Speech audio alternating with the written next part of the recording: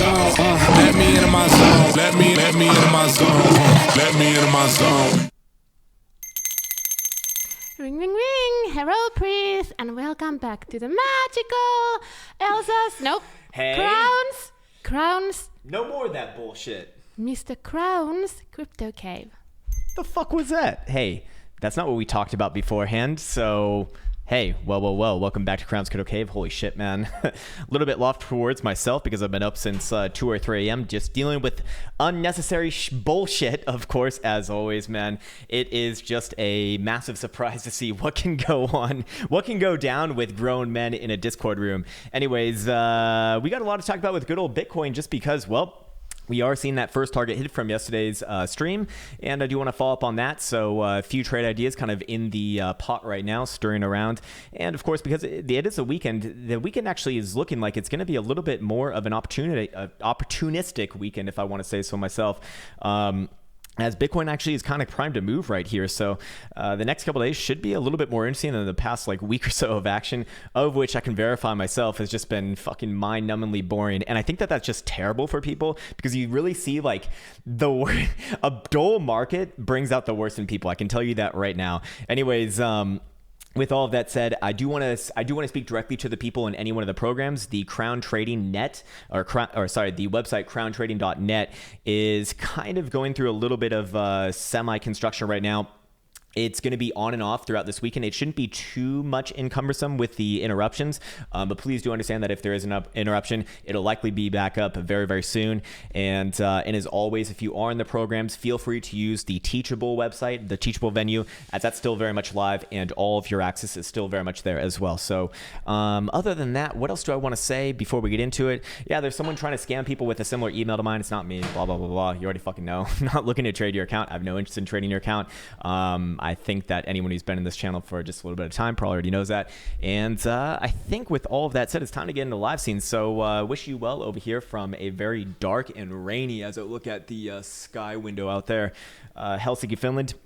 Or as we do say, wishing the best and the happiest of the happiest, of which myself not so happy this morning. Anyways, I'll hit that button, my friends, and there she is. There she goes. Bitcoin on the 4 hour, which actually the 4 hour has been getting things quite well today. So, or sorry, not just today, but the last few days. And we did get that first target hit right around 7650-ish region coming into the weekend sphere. So with regards to what Bitcoin's looking like right now, it actually does look like a little bit of an Adam and Eve bottom right here. This is not like a biblical reference or anything like that. It's an actual charting pattern, and it actually does it does have a good degree of hit rate. Not as much on Bitcoin, but certainly on other assets. Anyways, with that said, the Adam and Eve pattern doesn't really get initiated until we actually take out this high right here. So we're just going level by level again. It's very, very simple, very, very deductive type trading style, but you do see this blue box territory right here. That is now the big wall that is and the big wall that will be. And as long as we're living below there, we're still kind of under the major areas, of course. But if we do take out this next area right here on a 4 hour close, anywhere above 7650, we'll call it, then yes, I would look for extension up to the next major level, which is about 7,900 to 8,000. So another, $300, $400 move on the, potentially on the board, which at this price point is a little bit, I think a little bit more than a 5% move. So very much tradable. And there is, there is opportunity right now within the market, even if you miss this first one right here. I think yesterday when we were hanging out on the live stream, we were kind of like somewhere right around 7,300, 7,250-ish region. And I did say that it is likely that we do come back around here. So I don't say these things to sound arrogant or to brag or anything like that. No, this is just very, very straight up deductive technical analysis. And it's only because we have a very easy pivot going on right here that made that call kind of more clear. But as with any call, there's always an upside side to it. So while this one did work out, I don't want to make it sound like that's always going to be the case. Of course it's not. I'm only working off of pivots right now, as I do believe that that's just the best way to kind of handle Bitcoin. So looking at the lower time frames, we actually do see momentum also is taken back off. We do see 4 hour Stokes headed back upwards and onwards, working its way through the neutral zone and actually going to be knocking on the bullish control zone door probably in the next couple ticks. We also do see 4-hour RSI looks more or less okay. It doesn't look, I mean, it looks constructive here, but that's, it's not really saying all that much. Going over here to the 3-hour, what do we see? We are getting kind of stifled by the 200 simple and 200 exponential moving average. So I do strongly believe that this next pivot is going to be that 7650-ish level, change of behavior above there, and then yes, target a move another 300, 400 bucks to the upside, and potentially more after that, because we didn't even talk about the Adam and Eve pattern, which could very well be completed at above 8,000, and we'll get to that in just a little bit. I don't want to make a mistake here though, and I do want to say, well, I don't want to make a mistake. I'm going to make fucking mistakes, but I don't want to do a disservice to the overall greater picture, which is still very much bearish, even though I do think that we have some upside here. 3-hour Stokes up in Adam as well, a little bit tired at the top there, but that's okay. 3-hour Jewel actually did give you a continuation buy signal right here after this decent buy signal right here. Not super, not the picture perfect, absolutely, and but just another reason why I put the odds in the favor of a little bit more upside. And 3-hour RSI, more or less okay, getting rejected by the bullish control zone right now, but that is to be kind of that is to be what's it called? What's that word that I'm looking for?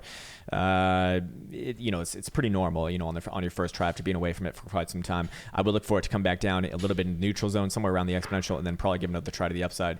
What else do we have? What about 2-hour? 2-hour is doing about the same thing. 2-hour Stokes look healthy. 2-hour RSI, same thing as a 3-hour essentially. And more importantly, we are making higher highs on the RSI as price action marches its way upwards and onwards, so I do like that. And the 2-hour Jewel actually had a pretty damn good buy signal right here as well, so you want to see confluence between all these guys. And so while I do think that we're probably in for like a low time frame pullback maybe, the bigger picture is starting to look like we probably do make an actual attempt at those, at the upper 7,000s region, the 7850 to 7950-ish region. Hourly is looking a little bit more droopy droop, looking good for a short-term pullback. So if I had to kind of like summarize what I'm saying about the lower time frames, very, very, very, very, very short term, probably be looking for a pullback here, maybe back down to the 7450-ish region. We did just get a golden cross in the hourly, so we're going to the fucking moon. No, of course not. But it does, it does help the upside case right now. And yes, while I would want to wait for at the very least an hourly dildo close above 7650-ish region, as that would even be a change of behavior right here. Even above 7,600, that would probably be good enough to target that next move towards 79-ish, if you want to call it that. Let me just make sure that I'm recording. I am recording, and the microphone's working as well. Like I said, I've been up since like fucking 3, which I really don't enjoy. I fucking hate that kind of shit, but it does a number on my mind. So if I do make a few mental mistakes, if I do slur my words a little bit, that's why. Anyways, man, I'm so much looking forward to eating just eating all the food in about an hour or two here. But yeah, it does look to me like we probably do have a little bit of a pullback here in the lower time frames. We probably have a little bit of bearish divergence on the hourly. Yes, indeed we do. We even have a head and shoulders on the hourly RSI. So yeah, we probably do come back down to about 7450-ish region, maybe even a little bit lower than that. But I do think that the other medium time frames suggest that we get picked up there and then march our way upwards and onwards. What is of note right here is historical volatility percentile throughout this whole move to the upside. This last like $200 move to the upside, $300 move to the upside, is very, very low. It's actually been contracting the whole way. So with that said, it is likely that we actually do see the next sort of explosive movement. And looking at momentum oscillators, that likely does come to the upside here. So just putting 2 and 2 together, if we do clear that next level and do head up to the 79 to 8,000-ish region, then that makes sense to happen relatively soon, just because we're in kind of a phase of contraction right now, and it's pretty fucking contracted. I mean, this is usually where we get some nice moves on the hourly, which the hourly I don't really look to like spin off the next fucking $1,000 move, no, but I do look, but you're gonna see historical volatility percentile get very, very low on an hourly before it gets very, very low on, let's say, like a 12-hour, which starts to matter a lot more for those major massive moves. So you're always going to see it get low before a move. It's just you don't really know if it's going to be like one of those major $500,000 plus moves, or it's going to be like a $50 to a $200 move. But I want to be looking at the higher time frames to kind of judge that, which we'll get into just a second here. But I want to start off with the lower time frames because I know a lot of people are enamored with them, and right now is actually was one of the better times to be paying attention to them. So yeah, again, very, very short-term pullback here, but I do think that it gets picked up and we get another try to the upside. This is, reaccumulation in this region right here. After this, after this inverted head and shoulders right here, which is accumulation, then boom, up, comes back down, gets reaccumulated, and to me, more than likely that we actually do head up to that next level. I would say that idea is negated. That whole, what do you want to call it, scenario is negated if we do see a 4-hour dildo close, not even a 4-hour dildo close, but like a 2-hour dildo close below 7350-ish region. That would kind of destroy the structure right here and make me think that we're coming back down to the 7100 level, which we probably have another small bounce off of, and then what happens after that is usually most likely going to be bad. But for now, short term, medium term is up, and we do see all lower time frames kind of agreeing with each other. So again, kind of short term pullback, then probably another push to the upside. If we can clear above 7650 or even 7600 on like a 2-hour hourly dildo close, of course the higher time frame is going to be better. Then I would target a move up here towards about 7850 at the very least, and likely actually 8000. That's where things get very interesting though, because remember, this is actually an Adam and Eve pattern as it is right now, or at least it's the primary consideration if you are a pattern trader, which I am not a pattern trader, but I do follow patterns just because a lot of people are going to be looking at them. It's usually like the most retailer type thing to be paying attention to, and well, you can get a good insight into what the general crowd is thinking, and then also kind of backwards engineer what the market movers might be thinking on top of that. So as always, when you have a pattern, or I mean, it's not as always when you have a pattern. This is just my way of playing patterns. If I am going to play them, if we do confirm an Adam and Eve bottom, we only confirm that actually by getting back above this prior high right here, 7,800 on at least a 4-hour dildo closing basis, and again, preferably higher time frame would be better. That's also going to be consistent with the 200 exponential moving average on the 4-hour as well, which has been generally governing the downside, especially ever since we got the death cross running over here on the 4-hour as well. So that also means that if we actually do clear that region, we're going to extend that target a lot more. There would be 2 targets based off this, a more modest one and then a more aggressive one. The first modest one actually would be, the modest one would actually be pointing us towards about 85, 8600, which I'm going to imagine is going to line up with something on the daily, weekly, which we'll get to a little bit later. And the more aggressive one, funnily enough, is actually going to be this guy right here, a little bit more aggressive on top of that. Somewhere up to, about 8,800, 9,000-ish region. So both of those are very much valid. But again, in Bitcoin land, I don't typically play patterns. I just want to be aware of them, except for like the symmetrical triangles and ascending triangles and descending triangles. Those have a high degree to play out. Adam and Eve patterns, not as high as that. They're probably like 1 degree less, I believe, but I'm not entirely sure if I remember this one properly, because I'm recalling this one off the top of my head, and again, I'm quite sleep deprived right now.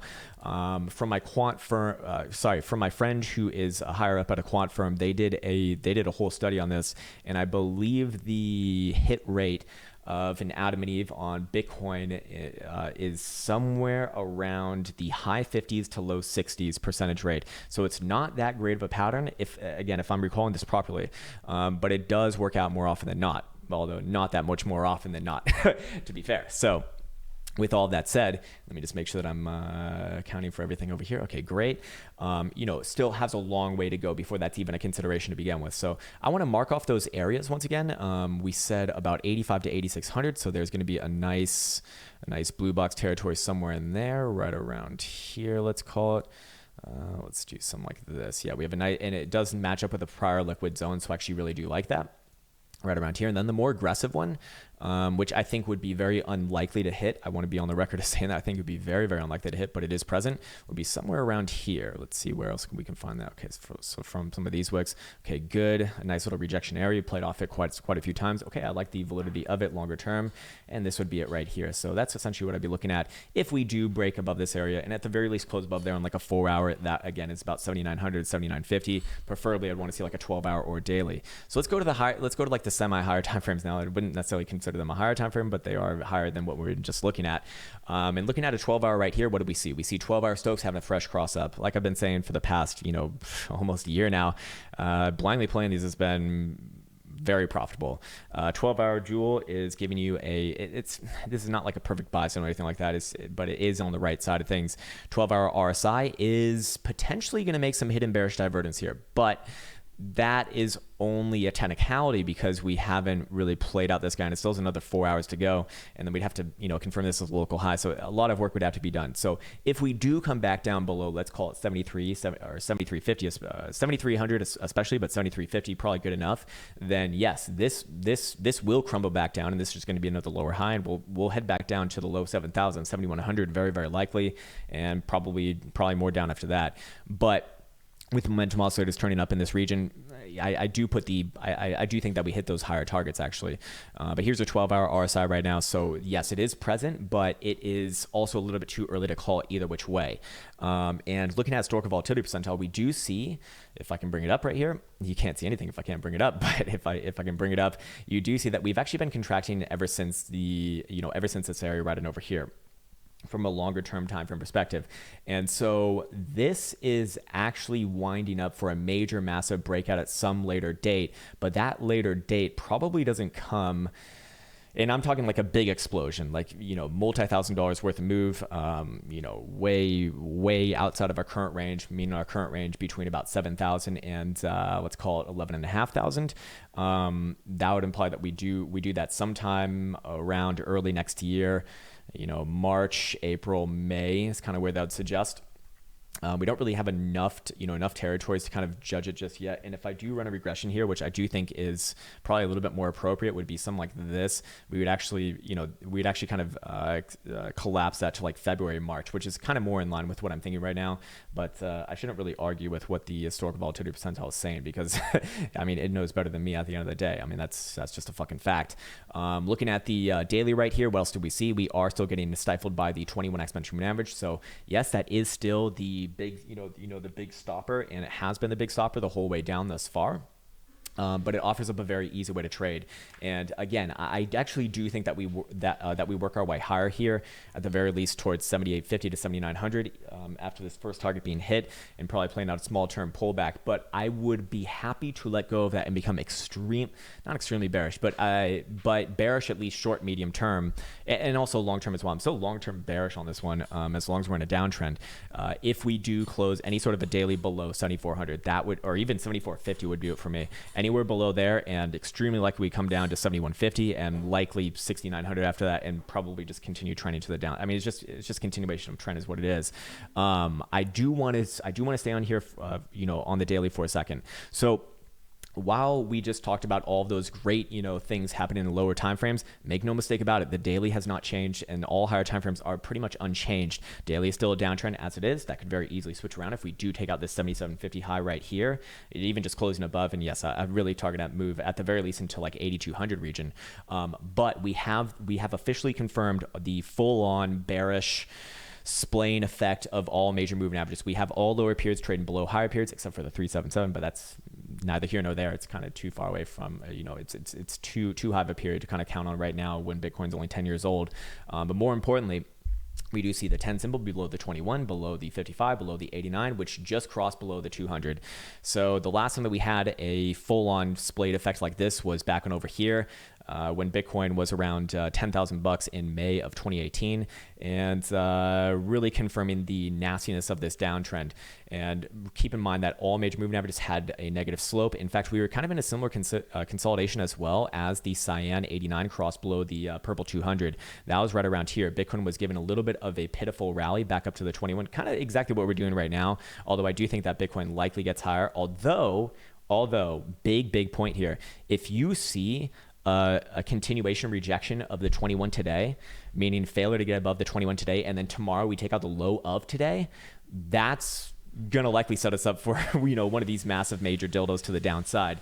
I'm not necessarily saying that exactly like this, but something similar would actually be very, very likely if that were to happen. But for right now, not only is that going on, but we do have the 200 simple right here, which is slowly but surely switching around to a negative slope. Right now, I would not consider it a negative slope. I would consider it a neutral slope. I really want to see it prolonged down for a little bit of time, but same thing with this, right? When we have the bearish cross of this, meaning the exponential below the simple, because the exponential is going to be more reactive, then that is when, pressure is down, just like the opposite is pressure up, right here. And if we go to a more long-term chart, we can go back on over here in 2015 to the downside right here, to the upside way back to the genesis. You get the idea. And then more importantly, the slopes on top of that really put the pedal to the metal on pressure. And you'll notice that we didn't really start to, we crumbled pretty hard about it over here, no doubt about that. But you can see that this next rejection along the 200x Benjamin average and 200 simple, when they both have negative slopes, that was a fucking obvious trade. So I would love for Bitcoin to rally its way back up into here as both of them get negative slopes and as we have all major moving averages bearish on a daily.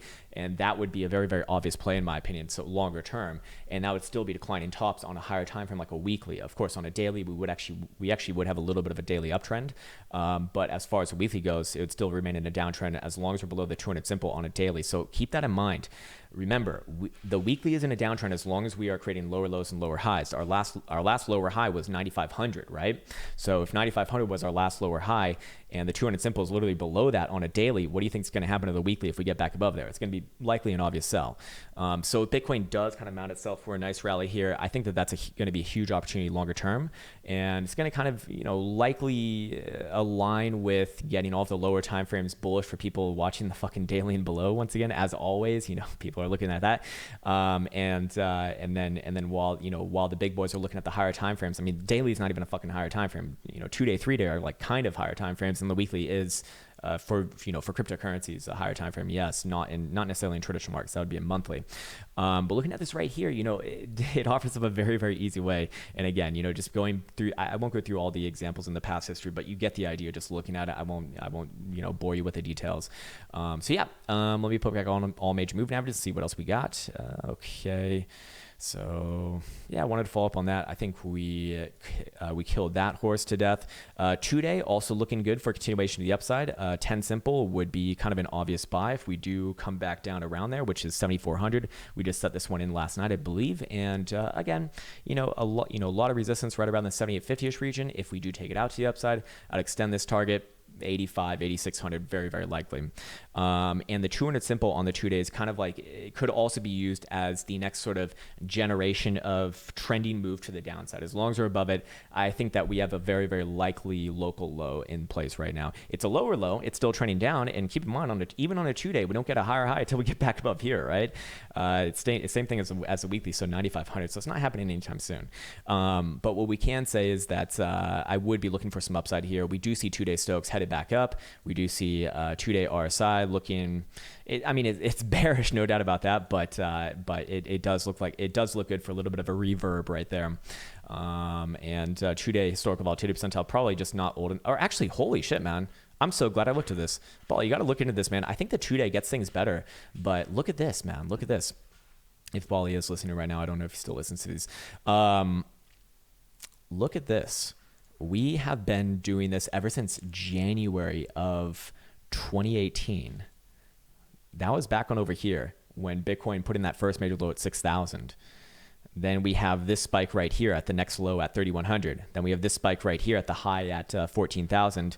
And we had another spike on that last move down to about 7,000. Sorry, this chart's like very convoluted, but you can follow this longer term and get an idea for what's likely to happen here, that we're probably setting up for like an earth-shattering breakout or breakdown. I'd probably put my money on a breakout to the upside around this time in like January, just in January 2020, or sorry, January 2022. Sorry, 2 years after like this coming year. So yeah, very, very interesting to myself. This is probably going to take a long time. I think that this is going to take a very long time. Bitcoin's going to have a pitiful rally right here, maybe up to like the upper 8,000s perhaps. And then we probably come, stair step our way down to the next level, like 5,500, probably do the same thing somewhere there, go back up to 8,000, then take another stair step down to probably 4,400 is kind of what I'm thinking. And then somewhere, around beginning of 2022 or end of 2021, we probably do get a pretty massive rally to the upside. So I don't think that this is turning around anytime soon. Could I be wrong in that? Yes. And the way that I'll know that I'm wrong in that is been the same pretty much since the last like 3-4 months. As long as we're below 9,500, I have no reason to be even like medium or long-term bullish. And from a long-term perspective, I would have a very good reason to be very, very long-term bullish if we could close a weekly above like 11,500, 12,000-ish region, preferably 12,000, just because last time it kind of faked me out there a little bit, closing just slightly above 11,500, and then I'm like, oh shit, it's good to go. Now I should have waited a little bit more, and that was very embarrassing for myself. But anyways, looking at the weekly right here, it does look to me like we have a nice local low in place. It is a lower low again, but to work off it, we could very easily hit the 21 off this. That would be around that 8,600-ish level. So again, lining up the lower time frames with the higher time frames. But guess what? We'd still be meeting this downtrend resistance line that's been holding all of our highs, all of our declining tops since June of this current year, and that'd be coming in at current price action somewhere around actually upper 8,000, lower 9,000. So if we were to make it around there, it's very much in line with that. And we do see weekly momentum oscillators turning down here, funnily enough. Jesus Christ, man, just nasty. Weekly RSI is heavily bearish as well, and weekly Joule is a continuation sell signal right here. So longer term, still very much bearish, and I would say that any sort of a rally here probably does get sold into. Where does it happen from our current posture right here? Maybe. I think that's less likely. Does it happen from 8,000 or 7,900, 8,000? Decent likelihood, but there's still plenty of room here to fill out and still maintain a downtrend. Does it happen from 8,500, 8,600? That's where probabilities start to become very, very likely. And above there, what we have like upper 8,000s, lower 9,000s. So again, Bitcoin has a lot of work to do here in order to really reverse the trend, but it will have its rallies within the overall greater down. I'm gonna go check out the expected moves chart. Looking at the daily right here, showing a range between 73.50. I 100% agree with that. To the downside, that is your critical point, and to the upside about 77.50. Now that one I can understand from a daily to closing perspective, and this is just the first standard deviation. So this is we're most likely to play within that region, right? And I would say that the odds are a little bit greater in favor of the up, just because the top side of the first standard deviation is actually above the next sort of pivot point on the market for the upside. So naturally speaking, the probabilities of getting us to that next level using that as a pivot at 7650 or even 7600 is greater. It's within this bounds right here. So yeah, on top of that, don't really have anything else to add. It would say that getting back above this pivot point right here at about 7750 on a daily close, which would be a change of behavior. We would have a higher high on a daily, is less than 16%, but is possible. And I would say that because the pivot I believe the pivot is 7600 on a lower time frame. That would actually, goose the odds a little bit more in the favor of that. Anyways, what else do we want to look at? Have I beaten all the horses to death? Let's look at the Bitcoin VWAP ratio. Still heavily bearish. I want to make no mistake about that. And going back onto the weekly for a second, all weekly trends have been, if you want to make trading the easiest on yourself, just play the fucking weekly trend in Bitcoin. Anytime that we switch to the trend, you're not going to get the ultimate high, the ultimate low. I never do, but that's how I get on the right side of this move right here, on the right side of this move right here. And more recently, that's how I knew, or not how I knew. I was bullish up here. You probably remember that. It was very embarrassing for me to be bullish up there, but that is my strategy. That is going to happen. It wasn't until we broke this, this low right here where we actually had a downtrend in place at 10.3 was the initial area, and then like no questions asked below 9.5, 9.6.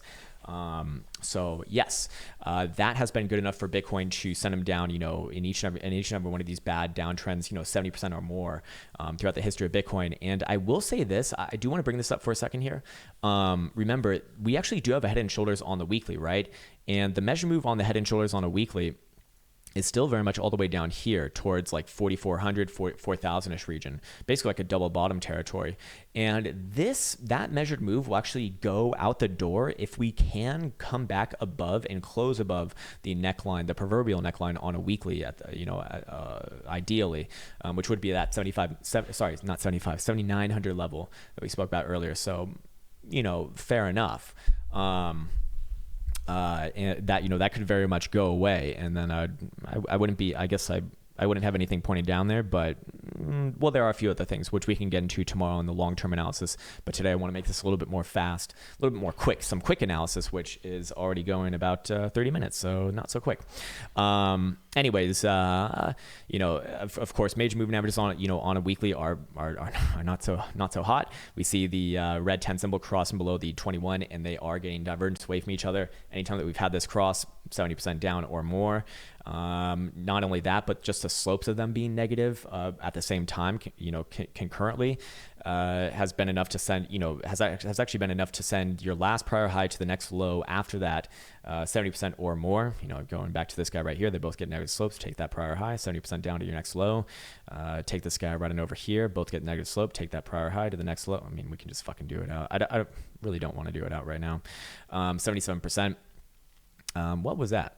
Why don't I get the message? This guy right here, some negative slopes right here. Take the prior high to the next major low. 70% right there. This guy right here, 2 negative slopes on both. Next prior high to next low, 76.5%. And then we got this guy right here, obviously, but this one another 70%. And what do we have on over here? Thus far, we have about a 54.5% move to the downside, but that would very much be an outlier. Again, 70% actually puts us right around that mid to low 4,000 region. Not only that, but we could throw a fib on this as well, and I'm sure that it matches up in some way, shape, or form with what we're looking at. This would actually even be a bullish Fibonacci retracement, so we're basically kind of bouncing off the 618 right now. 786 is right around the mid 5s, which I do believe is quite possible, and then we got the 886 right around 4,400 down here. So they all kind of line up with some. By the way, the 886 is actually where Bitcoin did bottom out in 2014, 2015, although I guess I deleted, maybe it's on BLX. Yeah, that's where he bottomed out over here in 2014, 2015, and actually routed over here as well, or around it in 2011, 2012 as well. So yeah, man, a lot of things to be aware of, but it's going to be a long-term game, I think, and I just want to be on the side of saying, hey, don't get too excited until it's time to get too excited. And in my opinion, and again, this is not financial advice, I'm not a financial advisor. Like, there's no excitement to be had at all whatsoever until we close a weekly above 9,500 right here, or 9,600. That would be pretty damn good, but wouldn't get the whole kit and caboodle done. What I really need to see is a weekly close above this prior high right here, which was like 11.5, preferably 12,000, just so that there's no questions about it. Until that happens, there's no real reason to be like long-term bullish on Bitcoin from a charting perspective. And the weekly trend is, tells all. It doesn't need to be any more complicated than that. Let's go check out CMEs and see how they close for the week. We do see that CMEs closed above the 10 simple a couple days ago, and when spot charts are not, and this is why I say that CME charts are the most important. Looks to me like, we do have a death crossing coming on CMEs between the green 55 and the purple 200 right here. I'm gonna imagine that the symbols are probably gonna death cross as well. And typically speaking, you are going to see a rally up into that region, as the cross is kind of completed, and that actually gives you validity of the cross. So Bitcoin rallying here would actually be extremely bearish, especially if it rallies into like this low $8,000 region and then gets rejected. That would be incredibly bearish. And these guys are on a collision course and will certainly cross, depending upon how we kind of react in these next few days, potentially around the 11th of this month, which is in 4 days, to like later next week, like 17th. 18th, depending upon how we react on open on Sunday. But I'd imagine that a rally up into this region right here as those guys cross, that's your traditional play. Let's see, how did the weekly close? Weekly actually closed very bad. Weekly actually closed kind of nasty here on CMEs. What about GBDC? Let's see how GBDC closed the week.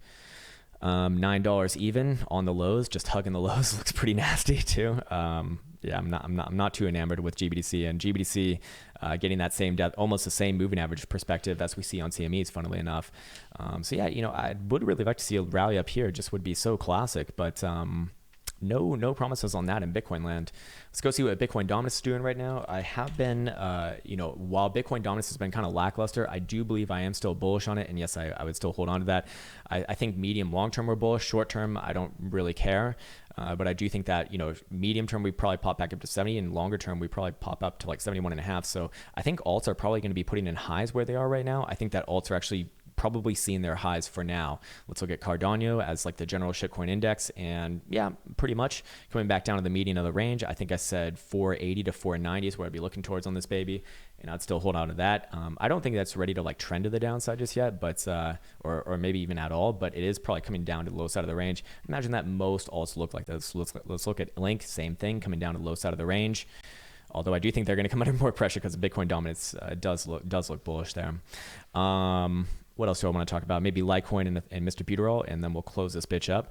Mrs. Litecoin, I mean, definitely not looking as good as well, not looking as good or as bad. No, certainly looking worse than Bitcoin. But we've seen, we do have a higher low in here on the daily. We do have a higher low on a daily, so fair enough. It's going to follow Bitcoin, whatever Bitcoin does, and I do think that Bitcoin goes up here. So Litecoin probably works way back up to like $49. What about Mr. Butyrol? 149.5. Below all I mean, this is still fucking bear. Has it technically a higher low in place too? But goddamn, man. I mean, it just looks so.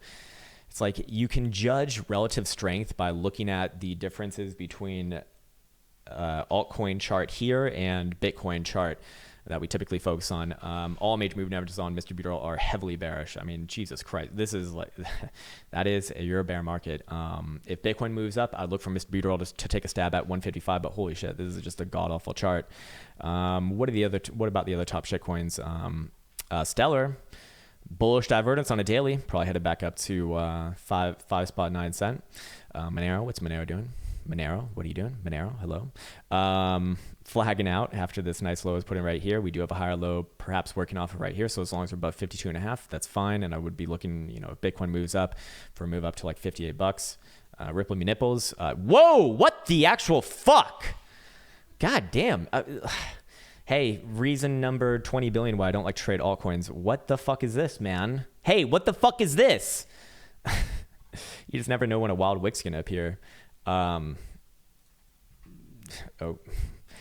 just leave that one up to the trading gods. EOS probably back up to 282.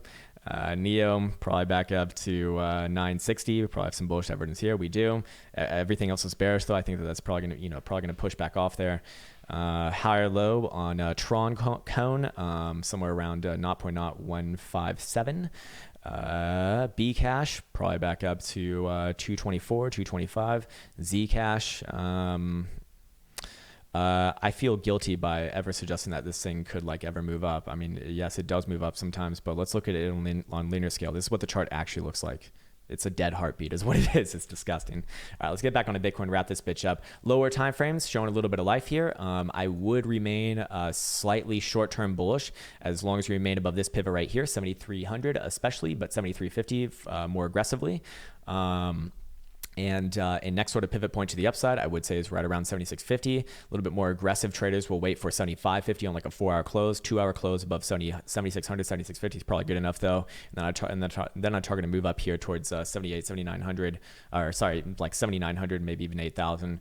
That's where things get interesting as, if we are going to complete an Adam and Eve pattern, then above there, if we can close above there, especially on like a 12-hour daily, we're targeting to move towards 85, 8600.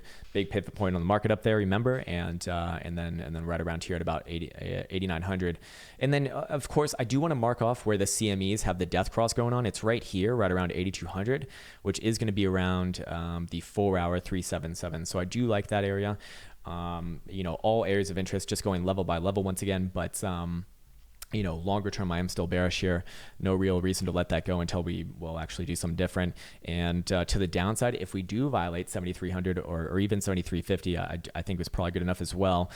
Very, very likely we head back down to 7,150 and probably have a small bounce there, and then probably continuation back down to 6,900 and lower.